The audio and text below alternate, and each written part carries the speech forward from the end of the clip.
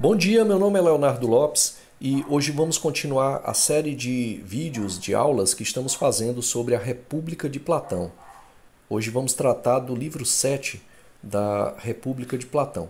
Como eu sempre digo, essas aulas são mais apropriadas a estudantes de primeiro ano de filosofia ou estudantes de alguma outra área de humanidades que estejam por motivo acadêmico ou pessoal lendo este livro da República. As nossas aulas não têm como objetivo substituir a leitura da obra, mas tão somente auxiliar. É um texto paradigmático de Platão, sua leitura não é tão simples e trazemos então esses diagramas, eles vêm em cores diferenciadas justamente para aprimorar a divisão entre tópicos e subtópicos. Então, na cor roxa, acompanha aí a introdução, contexto da obra. Inicialmente, então, temos que dizer o seguinte: o livro 7 não é um livro solto dentro da obra A República. Ele está baseado amplamente nos 6 livros anteriores.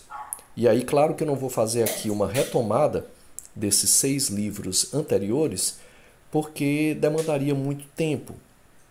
Então, eu deixo a indicação ao final desse vídeo, eu vou deixar os links com trabalhos que temos tanto na área de resumos para o Enem, quanto o de obras filosóficas, onde está inserido os textos sobre os outros livros tratados pormenorizadamente dessa obra A República de Platão.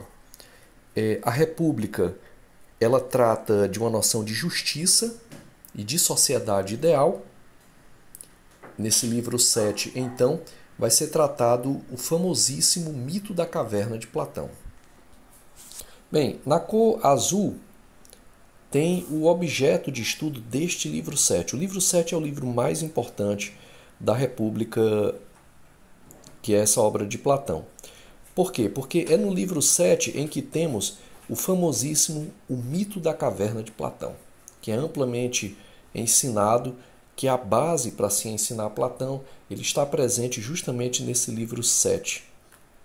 Como dissemos, ele está amplamente correlacionado com todos os outros 6 livros de Platão.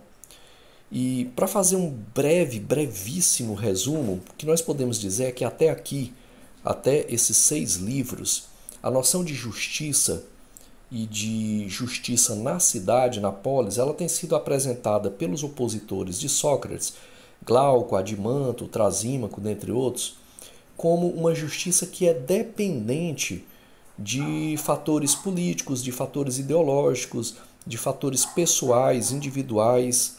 Mas o que Sócrates tem insistido com todos, e aí onde entra a questão da harmonia das partes da alma, a correlação das partes da alma com as partes da cidade, a noção de justiça como levando à eticidade e à felicidade, o que Sócrates tem insistido com todos é que a justiça é um bem em si mesmo. Ela tem um valor moral, um valor sobretudo ético, um valor ontológico de verdade em si mesmo. É o que nós chamamos em filosofia de ontologia. Então acompanhe aqui na cor azul a narrativa. A narrativa do mito da caverna ela é amplamente conhecida, ela é ensinada na escola, nos primeiros anos de faculdade de filosofia. Vamos fazer aqui uma breve retomada. Então, qual é a narrativa do mito da caverna? Você tem uma caverna, você tem prisioneiros que estão nessa caverna, eles estão nas sombras dessa caverna. E por detrás desses prisioneiros tem uma fogueira, e essa fogueira ela vai iluminar na parede da caverna aquilo que vem sendo passado no exterior da caverna, que são sombras daquilo que está sendo passado lá na entrada da caverna. Então os prisioneiros eles têm acesso somente às sombras. Ocorre uma libertação de um desses prisioneiros, que claramente é Sócrates, e ele ascende ao mundo exterior, ele sai dessa caverna. Ao sair dessa caverna, ele vai contemplar o sol. Existe uma ampla simbologia, continue acompanhando aqui na cor azul, a caverna ela simboliza sobretudo a ignorância, a ilusão, os sentidos, sentidos que são enganadores. O sol é claramente um símbolo do conhecimento verdadeiro, das formas, da ideia fundamental que é a ideia do bem. E essa ascensão, quer dizer, essa saída da caverna, essa subida do local da onde os prisioneiros estão para sair da caverna, é o caminho educacional. Platão vai dizer que é pelo conhecimento, é pela educação, que os gregos chamavam de paideia, que a pessoa vai ascender a níveis que não são mais ilusórios. Bem, sobremodo, nós temos que fazer uma discussão filosófica acerca desse mito da caverna. Então, fazendo uma discussão acerca do mito da caverna, aqui na cor verde, a caverna tem a ver com a noção de educação e liberdade. Ou seja, Platão está dizendo que somente pela educação, somente pelo conhecimento, é que nós podemos alcançar a liberdade de estarmos presos às ilusões, a liberdade de estarmos presos às crenças e opiniões, e livres então para contemplar a realidade, as essências, as formas mais fundamentais, entre elas a forma do bem. O papel do filósofo na sociedade. Qual é o papel do filósofo na sociedade? Sobremodo, claro, dentro da obra A República, que é um livro que já foi escrito há 25 séculos atrás, obviamente a gente teria que contextualizar para ver qual é o papel do filósofo hoje, mas na época de Platão, e também aqui ele abre, num sentido mais atemporal para todas as épocas, o papel do filósofo na sociedade ateniense de Platão, sobremodo, era fazer essa mediação, essa libertação da ignorância dos sentidos para o conhecimento, para a verdade, para as ideias essenciais. Qual é a relevância contemporânea, então? Hoje nós podemos tratar de alguns elementos contemporaneamente e associá-los com o mito da caverna de Platão. Por exemplo, nós vivemos hoje uma manipulação de informações, onde principalmente pelas redes sociais, sejam elas quais forem, muitas vezes são propagadas as chamadas fake news, informações errôneas, informações que não são ou não têm uma referenciação válida, segura e que acabam influenciando o modo de vida, seja político, ou na saúde, educacional ou em qualquer área da vida das pessoas. Então, a manipulação de informações, as fake news, elas mantêm na ignorância, elas mantêm na sombra, elas mantêm presas a uma dimensão não reflexiva, ou seja, são a caverna de Platão. As redes sociais muitas vezes podem ser ditas como a caverna de Platão.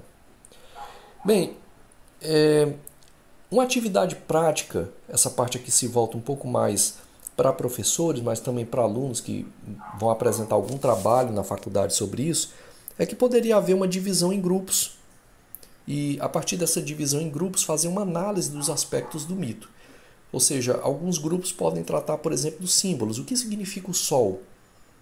O sol é o que permite a visão das coisas.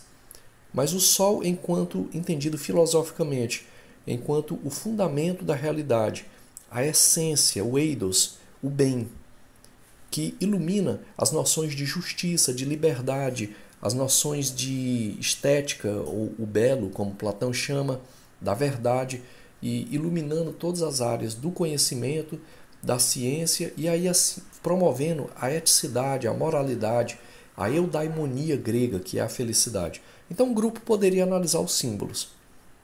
Outro grupo poderia analisar o papel do educador, ou seja, de que forma, qual é o papel do educador? Lembremos que no mito da caverna, quando a pessoa que sai da caverna encontra o sol e o sol ilumina a realidade, essa pessoa se sente tentada a voltar e retirar os outros de dentro da caverna. Só que quando ele faz isso, ele sofre hostilidade.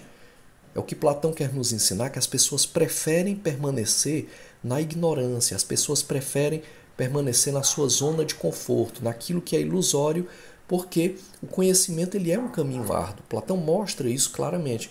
É necessário uma vida. Platão, em um dos seus textos, diz: uma vida que não foi pensada, uma vida que não foi refletida, uma vida que não foi analisada, não merece ser vivida.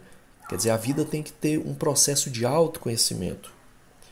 E por último aqui a relação com a política, aqui na parte laranja, quer dizer, qual é aqui a dimensão política, e aqui entenda-se que Platão, também Aristóteles, eles não entendem política somente como partidarismo político, como representação política, mas eles entendem que a política faz parte de uma forma integral da vida dos seres humanos.